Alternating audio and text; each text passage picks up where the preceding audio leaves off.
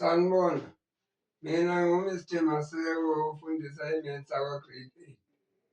Namhlanje sizofunda nge-data handling.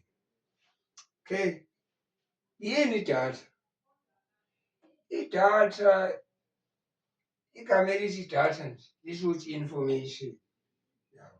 Kodwa la kwi-data handling asikhulumi nge-information nje general, njengokuthi nje i-information wangitshela ukuthi igama laloya mfana uSipho.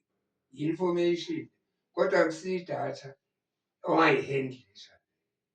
Ijwayele leyo information noma i-raw nje, ihlaza, i-disorganized, yabo. Kodwa kuvamise ukuba izinto ezikwenzekayo ukufakeka nge-order, njengey'namba, ama-letters, ama-symbol. Iy'namba siyakwazi ukuy'nisa nge-order. 1, 2, 3, 4, 5, 6. Ama-letters siyakwazi ukuwamisa nge-order.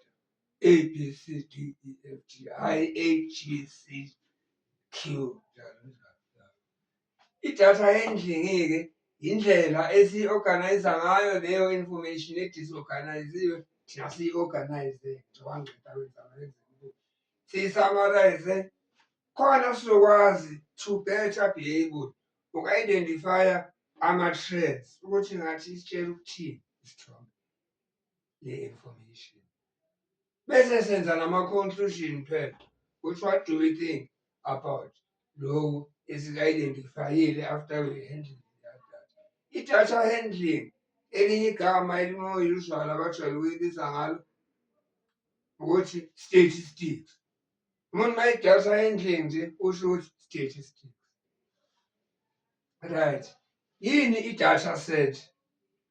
I-data set i-collection-ke i-set okusho ukuthi i-collection yale-organized data. Usually si-organize in ascending order. To ascend-ke is to climb. Kusho ukuthi-ke mangithi in ascending order, ngisho ukuthi siyacaca from smallest to highest. Usually makuyinamba. You can arrange futhi in descending order. To descend is to go down a mountain or an altitude. Ukwehla.